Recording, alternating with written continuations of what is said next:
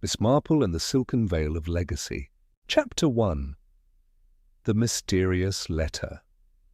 On a mild grey morning in the little village of Little Bredon, Miss Marple sat comfortably in her snug sitting-room, a steaming cup of tea cradled in her hands. The early light filtered softly through the lace curtains, casting delicate shadows on the worn wooden floor.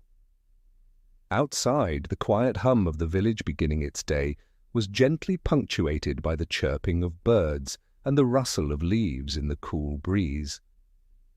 Miss Marple, with her ever-observant eyes, regarded the peaceful scene with a quiet satisfaction, fully aware that even the calmest days sometimes concealed the most extraordinary happenings.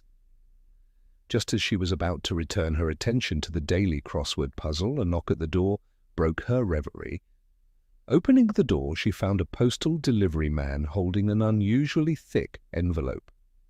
The envelope, made of heavy paper, with an unremarkable seal, bore a handwriting that was both hasty and fraught with distress. The penmanship, though not the work of a professional calligrapher, carried an earnest urgency that instantly piqued her curiosity. Miss Marple accepted the letter with a polite nod and closed the door behind her, and, retreating to her favourite armchair by the window, Miss Marple carefully broke the seal. As she unfolded the letter, the familiar scent of paper and ink filled the air. The message was brief, yet charged with an emotion that resonated deeply with her well-tuned intuition for trouble. The letter read, "My dear Miss Marple, I fear that what has been declared a suicide is, in truth, a murder. My sister, who was full of life, met an untimely end. I beg you to come and investigate." Her eyes, magnified slightly behind her spectacles, twinkled as she read and reread the words. The measured tone of the letter, combined with the palpable distress in its phrasing, suggested that its author was not merely seeking a resolution to a puzzling event, but was also desperate for the truth to be uncovered. Miss Marple's heart, long attuned to the intricacies of human nature, felt a stirring of both sympathy and the excitement of a challenging mystery. For many years Miss Marple had enjoyed the quiet routine of village life, rarely venturing far from home unless the call of duty was unmistakable. Yet as she sat there, the promise of a puzzle, a chance to peel back the layers of human deceit and hidden sorrow, was irresistible. She mused over the few details presented, a reported suicide that did not quite fit the mould of its tragic nature, and a sister who believed, against all appearances, that murder was at play. The letter's ambiguity was a familiar friend in her line of work. It reminded her that often what was presented as truth was merely a facade, behind which darker motives lurked. The careful selection of words, the emphasis on her sister being full of life, and the urgent request for intervention all hinted at a deeper story waiting to be uncovered. Miss Marple's mind, ever analytical and perceptive, began to piece together the possible scenarios with the quiet deliberation of someone who had spent a lifetime observing the human condition. Rising slowly from her armchair, she padded over to the small writing desk cluttered with various letters and photographs, a testament to her long career in quietly unraveling mysteries. Placing the letter gently among her collection of unsolved enigmas, she sat back and contemplated its implications. Each word resonated with a hidden message. Perhaps the sister, in her anguish, sensed inconsistencies in the official narrative. Perhaps there were secrets buried in the family's past that needed to be brought to light. The kettle, having long since ceased its whistle, now sat cooling on the table, its momentary lapse a gentle reminder that time waits for no one. Miss Marple poured herself another cup of tea, the steam rising in delicate curls that danced in the soft morning light. As she sipped the warm liquid, she mentally rehearsed the journey ahead. This investigation would likely lead her into the intricacies of family dynamics, into the subtle shifts of allegiances and the unspoken grievances that often fuel such tragic events. Her eyes drifted once more to the letter, and with a quiet, resolute smile, Miss Marple murmured, "I suppose it's time?" It was not merely the call of duty that moved her. It was the deep-seated belief that every life, every lost soul, deserved justice, and every mystery, no matter how well hidden, was meant to be solved. In that moment, the serene tranquillity of little Braddon was gently disrupted by the promise of upheaval, a mystery that would soon weave its way into the very fabric of her life. The letter, with its stark message and subtle hints of despair, had set in motion a series of events that Miss Marple could not ignore. And so, with her mind already alert to the clues and red herrings that lay ahead, she began to prepare for the journey to come, knowing full well that beneath the calm exterior of a small village, the human heart was a labyrinth of secrets waiting to be discovered. Thus, the stage was quietly set for another of Miss Marple's adventures, a delicate interplay of truth and deception that would test not only her keen intellect, but also her unfailing belief in the inherent goodness of those who sought justice. Chapter 2. The Grieving Sister. Miss Marple's journey led her through winding lanes and past fields of golden hay until she arrived at a modest, ivy-clad cottage on the outskirts of a sleepy town. The building, with its worn stone facade and a small garden overflowing with late-blooming roses, exuded an air of quiet dignity and hidden sorrow. As she approached the weathered front door, she couldn't help but notice the faint scent of lavender mingling with the autumn air, a small detail that hinted at happier times now long past. Upon knocking, the door creaked open to reveal a woman whose very appearance spoke of profound grief. Mrs. Eleanor Cartwright, as Miss Marple would later learn, possessed a kind yet weary countenance. Her eyes, red-rimmed and shadowed with sadness, betrayed the inner torment of a heart steeped in loss. With a soft, trembling voice, Eleanor welcomed Miss Marple into the humble sitting-room, where the light fell in gentle patches upon faded floral wallpaper and a modest collection of well-worn armchairs. After settling into a well-appointed, albeit simple, armchair, Mrs. Cartwright began to speak in a measured tone that mingled sorrow with disbelief. 2 months past, she started, her voice wavering like a delicate leaf caught in a spring breeze. My dear sister Lydia, who had finally found happiness in a love marriage, was radiant with joy. I had never seen her so alive, so full of promise. She paused, taking a moment to collect herself, her eyes reflecting the pain of a wound that had not yet begun to heal.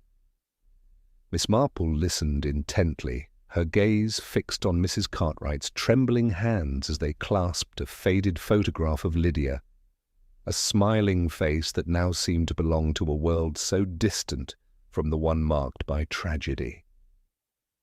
Lydia was always the spirit of the family, Eleanor continued. Her laughter filled every room, and her kindness was as natural as the morning sun. So when word came that she had attempted to take her own life, I was struck dumb with disbelief. The words, spoken with a bitter tang of incredulity, hung heavily in the air. In that moment, Miss Marple's thoughts turned over the stark contradiction in front of her. A woman so full of life could scarcely be imagined as capable of the self-destruction attributed to her. I simply cannot reconcile the vibrant Lydia I knew with the notion of a self-inflicted end, Eleanor murmured, her voice barely above a whisper.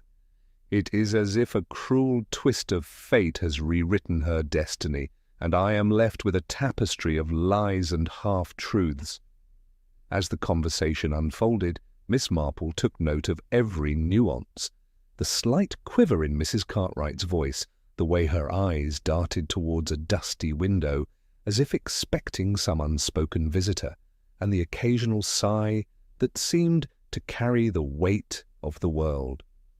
All these small details, observed with quiet intensity, suggested that the grief expressed was genuine, yet it also hinted at secrets that lay just beneath the surface. Mrs. Cartwright's recollection of Lydia's recent happiness painted a vivid picture. A sister brimming with hope and love, embarking on a new chapter filled with promise. She described the wedding as a modest yet beautiful affair, held in a sunlit garden where laughter and gentle music filled the air. "I remember," Eleanor said, her eyes misting over as she recalled how Lydia's smile outshone the flowers that day. She was radiant, and for a brief, blissful moment it felt as if nothing could mar her joy. But that joy, so fleeting and fragile, was shattered by an event that defied all reason. With every word, Miss Marple's mind mapped out the unfolding mystery. There was the official narrative, a suicide, declared by the authorities, and then there was the quiet conviction of a loving sister who felt in her bones that something was terribly amiss. "I beg you, Miss Marple," Eleanor pleaded softly, "believe me when I say that my sister's death was no accident of despair. Something sinister must have happened." The desperation in her tone was unmistakable, a cry for help in the midst of an overwhelming storm of sorrow and suspicion. As the afternoon wore on, the two women sat in a silence punctuated only by the ticking of an ancient clock on the mantelpiece. Miss Marple, ever the careful observer, let the silence speak for itself. It was a silence filled with memories, regrets, and a quiet determination to uncover the hidden truths that lay behind the veil of official reports. The unspoken question lingered in the air. Had Lydia been driven to suicide by some hidden despair, or was there a darker force at play, a murder cleverly disguised to appear as self-destruction? In that humble sitting room, the lines between truth and deception began to blur. Mrs. Cartwright's heartfelt testimony, laden with grief and fraught with uncertainty, served as the first thread in a tangled web of clues. Miss Marple's mind raced, drawing on years of experience in discerning the subtle signals of human behavior. Each gesture, every pause, added to a growing picture of a tragic event that was not as straightforward as it might have appeared at first glance. Before bidding farewell, Miss Marple assured Mrs. Cartwright that she would look into the matter with all the care and diligence it deserved. Rising from her chair, Miss Marple offered a gentle smile, a quiet promise that the truth would be pursued no matter how deeply it was buried. As she stepped back into the crisp afternoon air, the modest cottage receded behind her, leaving her with a heavy heart and an unyielding determination. Thus, as the day drew to a close, Miss Marple's mind was already abuzz with questions, and the haunting image of Lydia's smile lingered in her thoughts. The mystery, it seemed, was not just a matter of public record, but a personal tragedy that demanded resolution, a challenge that Miss Marple was uniquely suited to confront. Chapter 3. A House of Secrets. Miss Marple's next destination was the residence where Lydia had once filled every room with her radiant presence. The Henshaw family home, a sprawling yet unassuming estate on the edge of town, was a study in contrasts, its well-tended gardens and stately facade belying the tension that simmered within its walls. As Miss Marple strolled along the gravel driveway, she couldn't help but notice that even the roses and hedges trimmed with such care seemed to whisper secrets of their own. Upon reaching the imposing front door, Miss Marple was met by a quiet flurry of activity. Inside, the drawing-room was elegantly appointed with antique furnishings and family portraits that spoke of generations of carefully preserved honor. The atmosphere was simultaneously refined and stifling, as if the very air carried a weighty charge of unspoken grievances and hidden truths. Her attention was first drawn to the commanding figure of Mrs. Beatrice Henshaw, the formidable mother-in-law. With sharp eyes and a tightly drawn expression, Mrs. Beatrice exuded authority and a preoccupation with maintaining the family's reputation. Her measured gestures and precise diction suggested that she regarded any disruption, especially one as delicate as a death under mysterious circumstances, with utmost seriousness. As she greeted Miss Marple, her politeness was tinged with an imperceptible coolness that hinted at long-held suspicions and a relentless desire to control the narrative. Miss Marple was then introduced to the other members of the household. Mr. Alan Henshaw, the elder son, stood near a window that overlooked the manicured lawn. Although he claimed to work out of town, his presence on the day in question was both unexpected and puzzling. He carried an air of restrained charm, yet his gaze was distant, as if he were perpetually weighing his words against an inner ledger of secrets. The faint set of his jaw and the occasional nervous twitch betrayed more than his calm exterior let on. In stark contrast was Mr. Bernard Henshaw, the younger son and Lydia's husband, whose unease was palpable. His eyes flitted about the room, and his hands fidgeted restlessly, as if searching for something to steady his nerves. Each time the subject of Lydia arose, his voice lowered and his words became measured, suggesting that his grief was intertwined with hidden disquiet.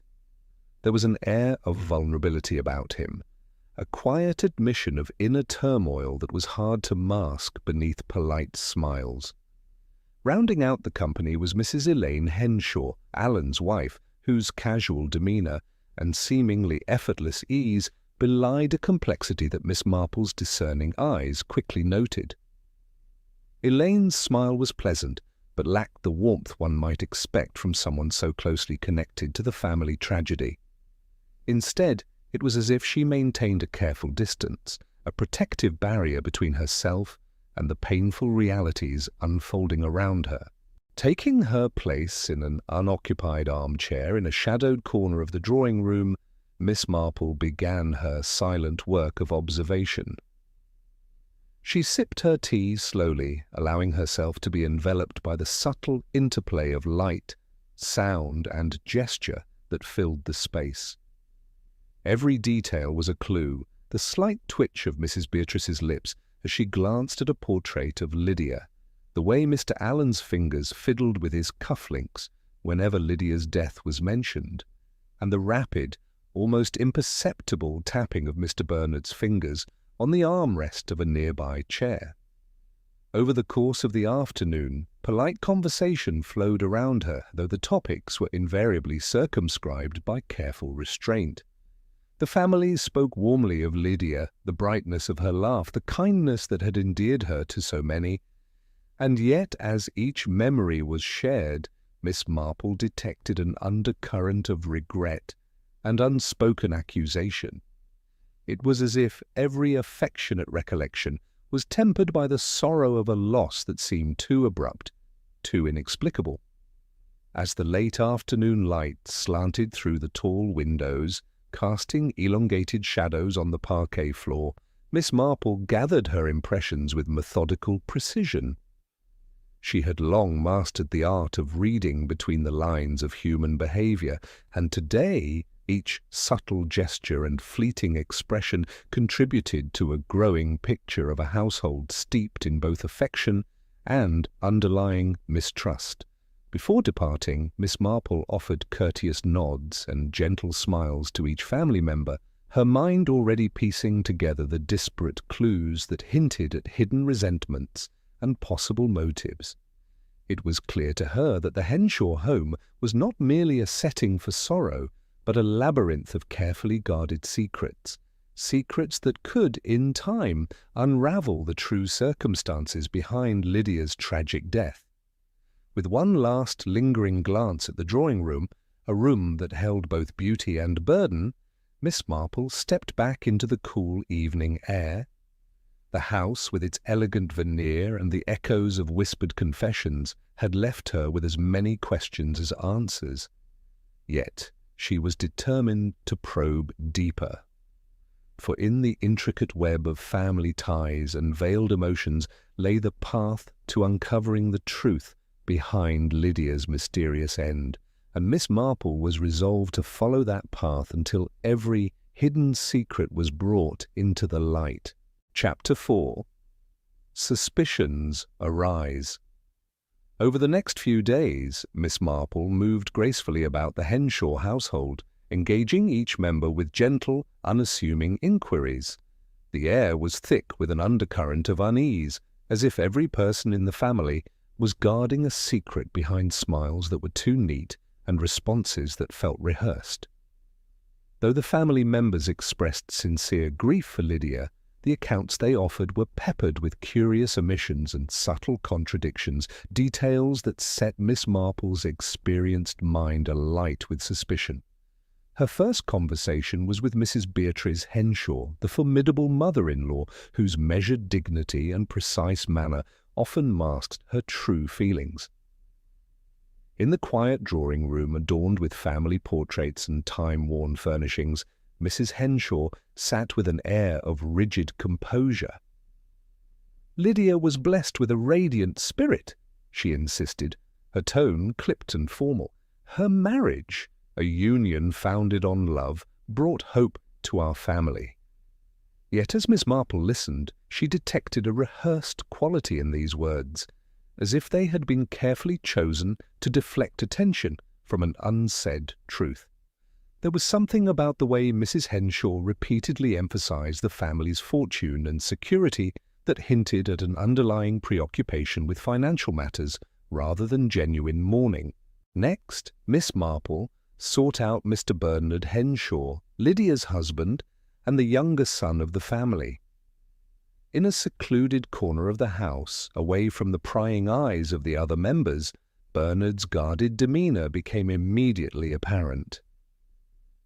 "We loved each other very much," he murmured, when questioned about Lydia's untimely end.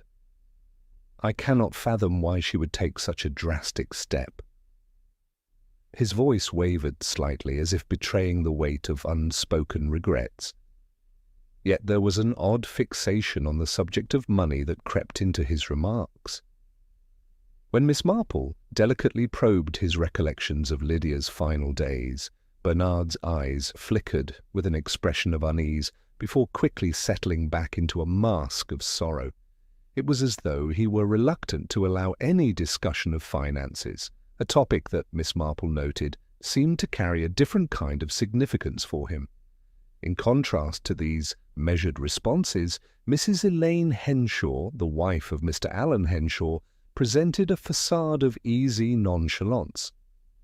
In a bright, sunlit room near the conservatory, Elaine offered a gentle, almost dismissive smile when the subject of Lydia's death arose. "It is all very difficult to comprehend," she said lightly, though her tone lacked the warmth one might expect from a person so intimately linked to the family tragedy. There was an air of detachment about her, as if the painful reality of the loss had been tempered by a premeditated decision to remain aloof. Her responses, though polite, seemed designed to steer the conversation away from any contentious or revealing details, leaving Miss Marple to wonder whether such ease was natural or the product of careful concealment. Throughout these interactions, one element surfaced repeatedly, tying together the disparate accounts: the subject of money.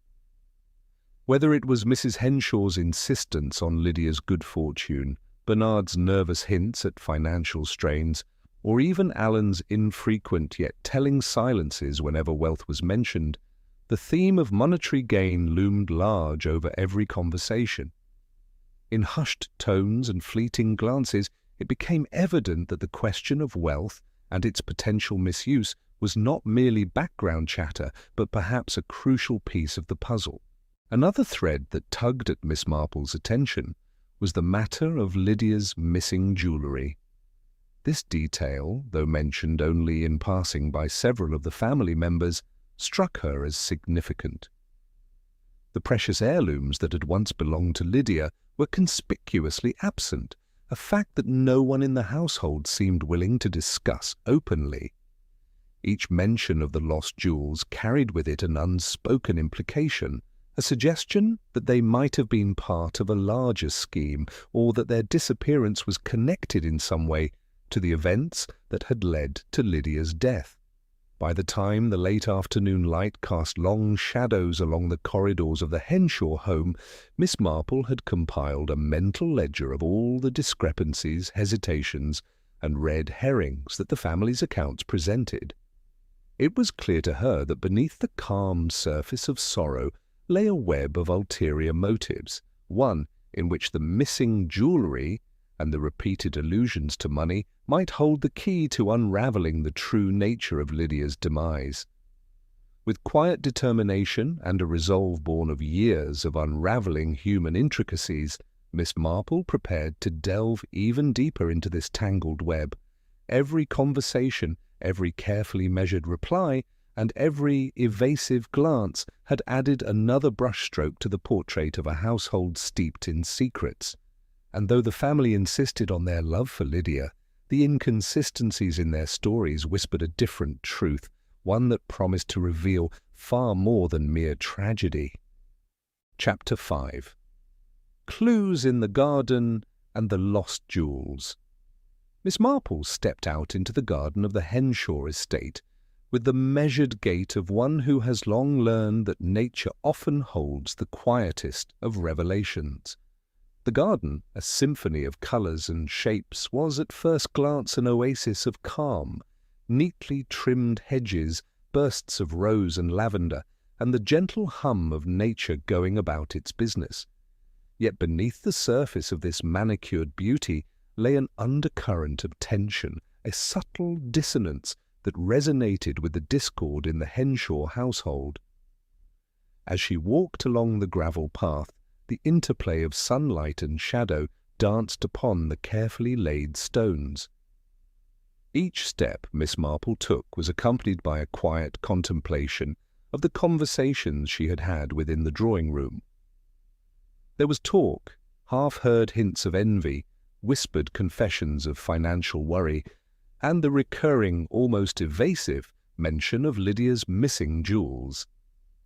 To Miss Marple, these details were not trivial. Rather, they were the first clues in a mystery that threatened to unravel the very fabric of the family's facade. Before long, she reached a secluded area of the garden where an ancient oak tree stood as a silent sentinel over the estate. There, tending to a patch of vibrant marigolds, was Tom, the long-serving gardener, whose quiet diligence had always been a source of subtle wisdom. His hands, roughened by years of labour, moved with a practised ease as he pruned a wayward branch. Miss Marple greeted him with a warm, respectful nod, and soon enough a conversation began in low, conspiratorial tones. "Miss Marple," Tom started, glancing around as if to ensure that no one could overhear their exchange, "I have long noticed that things here are not quite as they appear. Mrs. Beatrice Henshaw, for instance, has always had an eye for matters that concern money and legacy.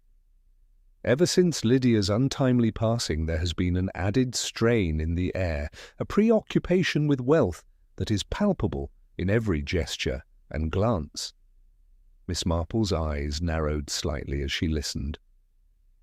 "And what of Lydia's jewels?" she inquired softly, her tone conveying both curiosity and gentle urgency. Tom hesitated, his gaze falling to the worn soil at his feet, before he continued. "It has not escaped my notice that several of the jewels Lydia cherished have gone missing since that dreadful day. In a house where every piece of wealth is so dearly guarded, the disappearance of these treasures is hardly coincidental. They were more than mere adornments. They were symbols of the family's affluence, and perhaps even of their greed." The words struck a chord in Miss Marple's mind. As she mulled over Tom's observations, the pieces of the puzzle began to fall into place. The family's casual discussions of finances, the furtive glances when the topic of the jewels arose, and the deliberate avoidance of discussing their whereabouts now formed a coherent picture of concealed motives and secret ambitions.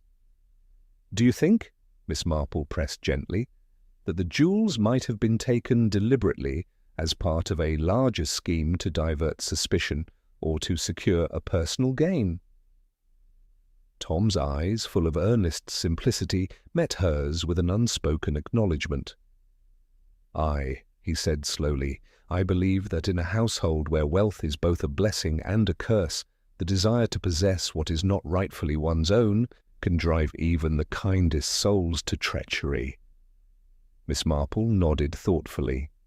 The garden, with its hidden corners and rustling leaves, had become an unexpected repository of secrets.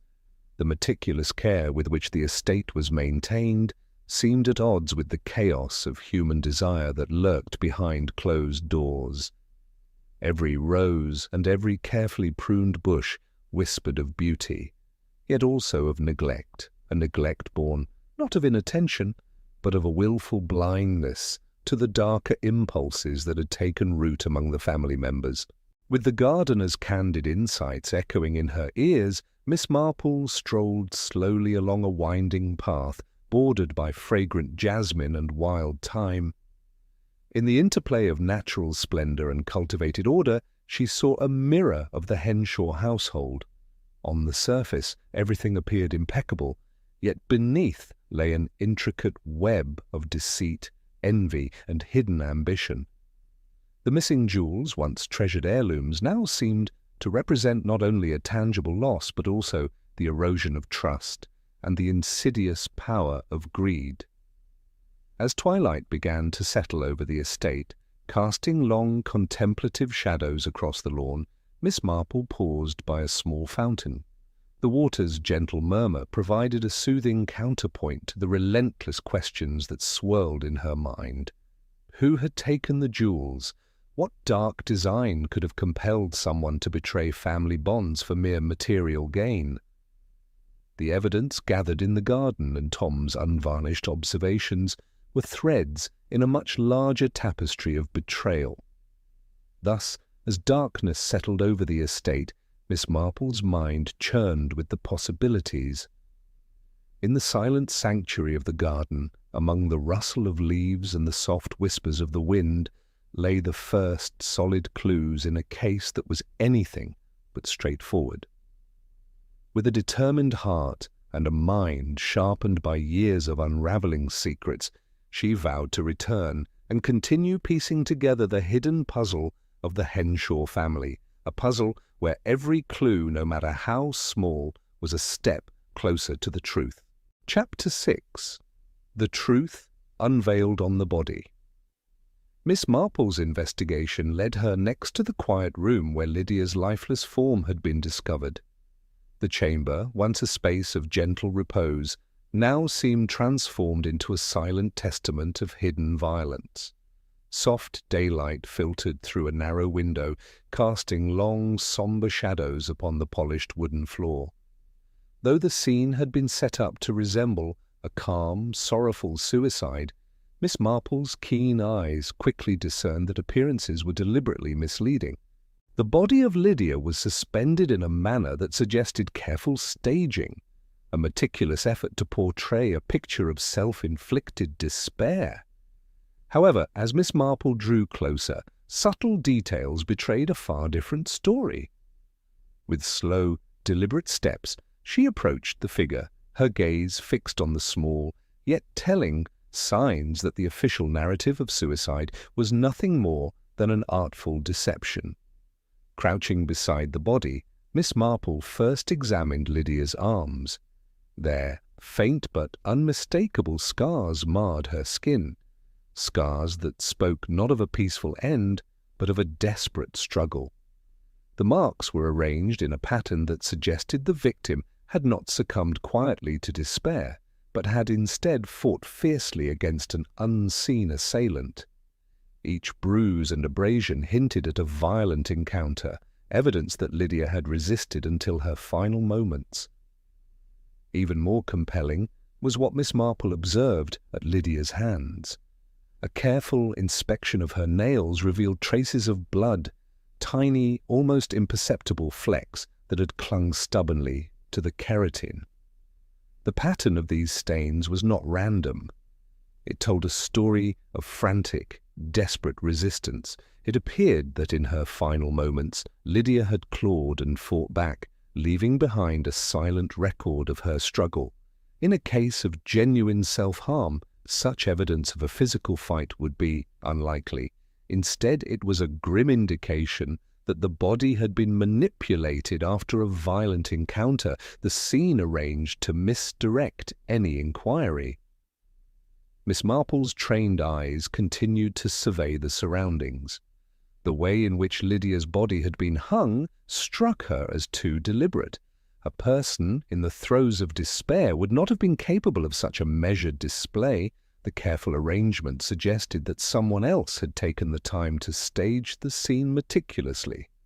Every detail, from the exact placement of the body to the positioning of personal effects, was designed to evoke a narrative of voluntary self-destruction. Yet, in the quiet interplay of light and shadow, the true story was revealed through the physical evidence left on Lydia's limbs. A gentle, cool breeze drifted in through the open window, carrying with it the faint scent of the garden outside, a stark contrast to the chilling atmosphere of the room. This natural intrusion served as a poignant reminder that while nature moved in its eternal cycle, human cruelty had, in this instance, disrupted that harmony. Miss Marple's thoughts turned to the implications of the evidence before her. The scars, the blood on the nails, and the overly contrived setting all pointed unequivocally to murder.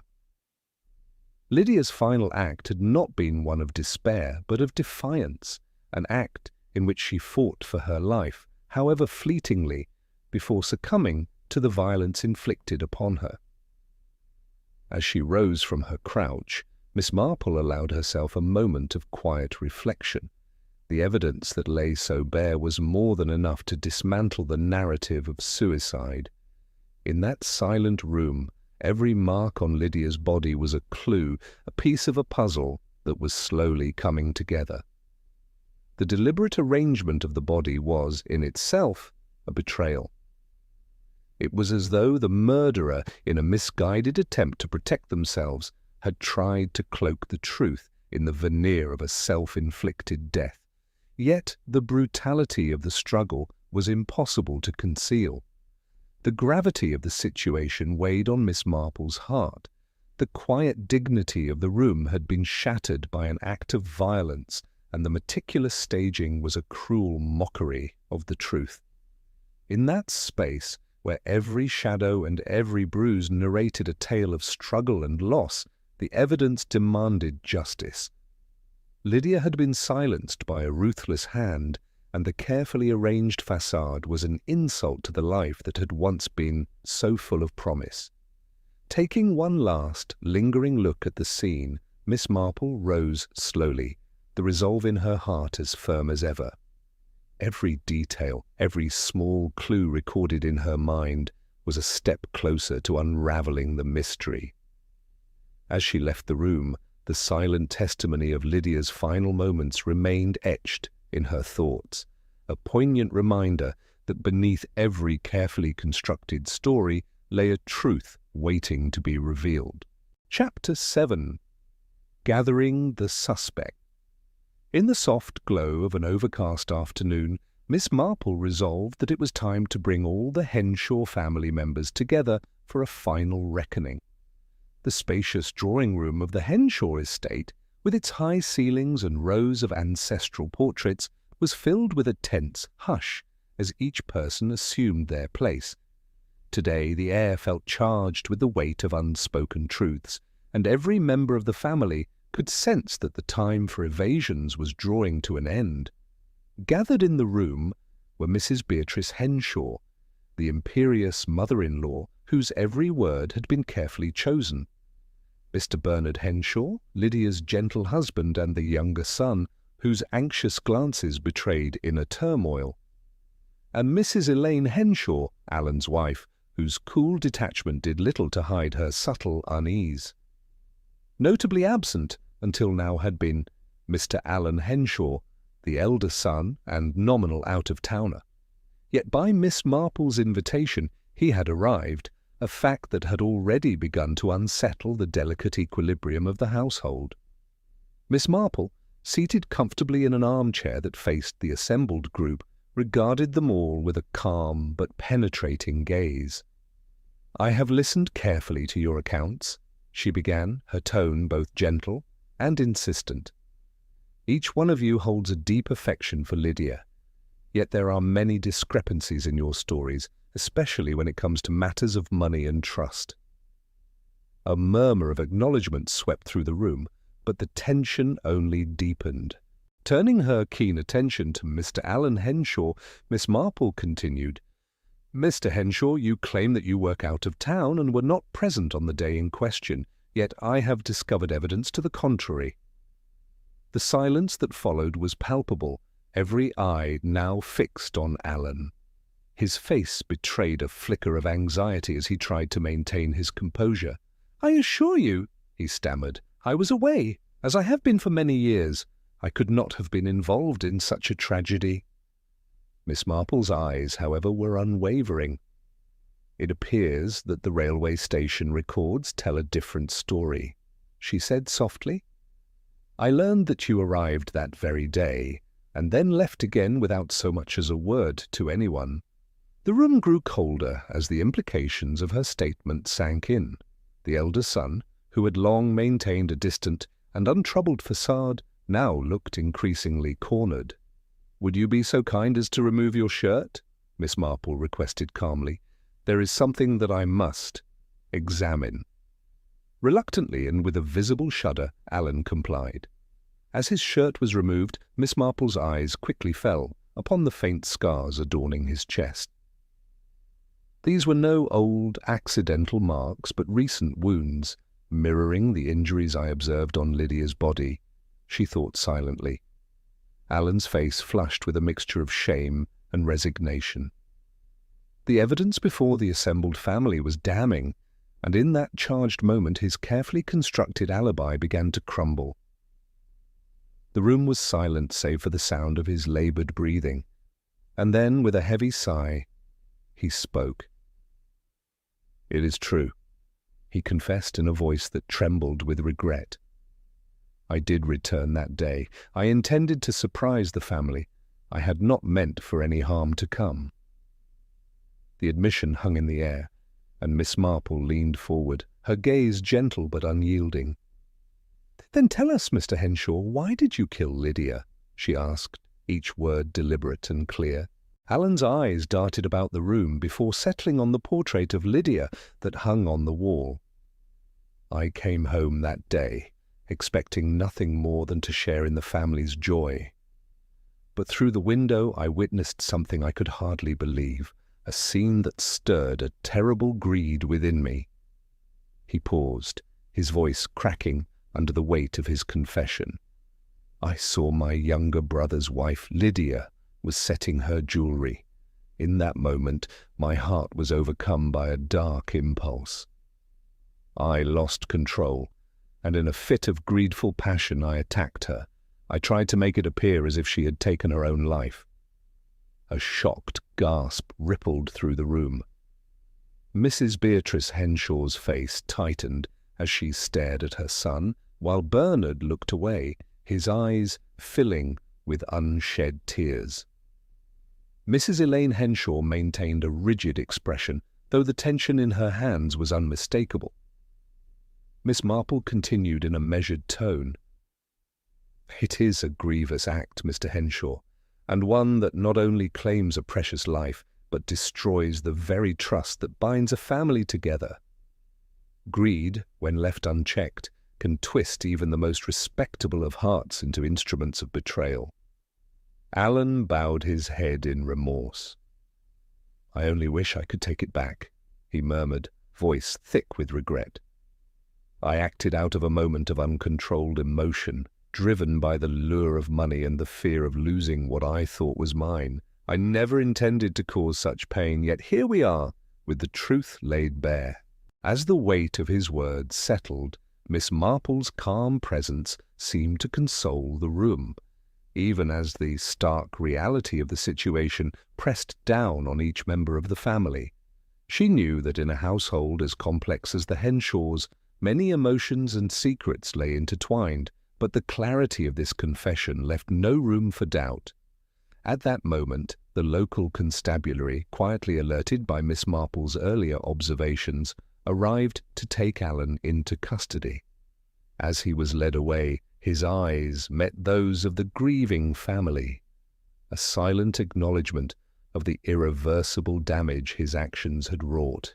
With the gathering dispersed and the immediate crisis resolved, Miss Marple remained seated, pondering the tragic unravelling of events. In her gentle, unassuming manner, she had once again exposed the darkness hidden beneath a veneer of respectability, proving that even the most closely guarded secrets eventually come to light. Chapter 8. The Confession and Final Resolution. In the quiet aftermath of the confession, the Henshaw household lay shrouded in a heavy, reflective silence. The charged atmosphere of the drawing room had given way to a sombre calm as each family member began to reckon with the devastation wrought by Alan's admission. Outside, dusk had settled over the estate, the fading light reflecting the muted emotions within. Miss Marple, ever the calm arbiter of truth, observed the scene with a mixture of melancholy and resolute satisfaction that justice, however delayed, had been served. The local constabulary had escorted Alan away, his shoulders bowed under the weight of remorse and shame. As he disappeared down the long drive, the remaining family members sat in quiet disarray. Mrs. Beatrice Henshaw's stern features had softened into an expression of regret, as though the rigid control she had so carefully maintained was now crumbling beneath the pressure of undeniable truth.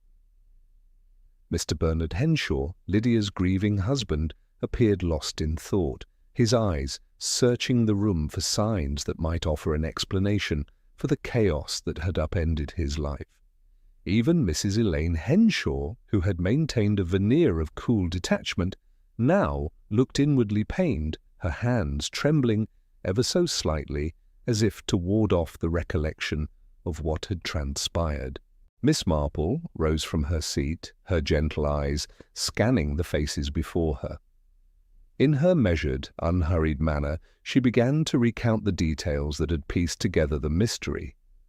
It was not a mind overcome by despair, as some might hastily conclude, she said softly, her voice resonating with quiet authority. Lydia fought until her final moments. Her scars and the blood on her nails testified to a struggle that was fierce and unyielding. It was clear that she was not the architect of her own demise.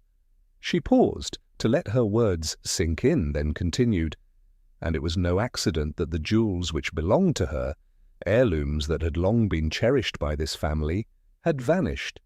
Their disappearance was part of a broader tapestry of greed and betrayal that had infiltrated this household.